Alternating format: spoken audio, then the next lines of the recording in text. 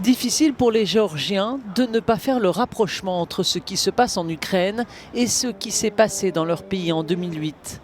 Après une guerre éclair de 9 jours, Moscou avait reconnu l'indépendance des régions séparatistes d'Abkhazie et d'Ossétie du Sud. À Tbilissi, l'angoisse est palpable.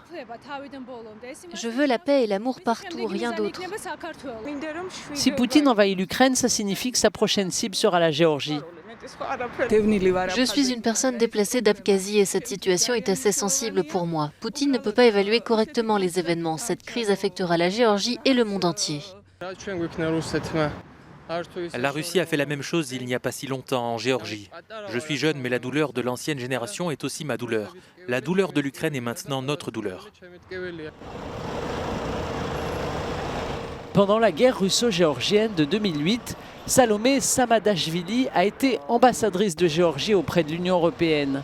Aujourd'hui membre de l'opposition au Parlement, elle se souvient comment tout a commencé.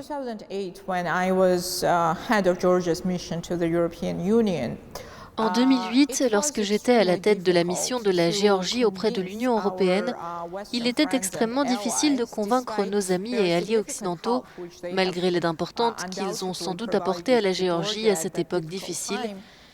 Il était très difficile de les convaincre que Poutine ne s'arrêterait pas en Géorgie. Malheureusement, personne à l'Ouest à l'époque n'aurait pu imaginer que Poutine irait aussi loin qu'il l'a fait. Et il l'a fait en 2014.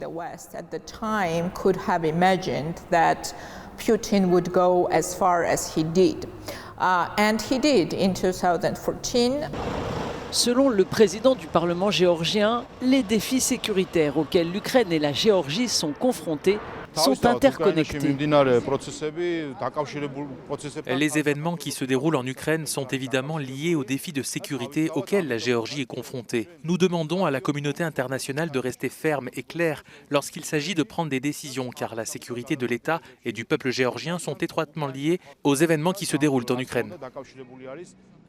De nombreux Géorgiens craignent que les événements en Ukraine ne provoquent un conflit ouvert et généralisé en mer Noire. Et beaucoup se souviennent de ce qui s'est passé en Géorgie en 2008.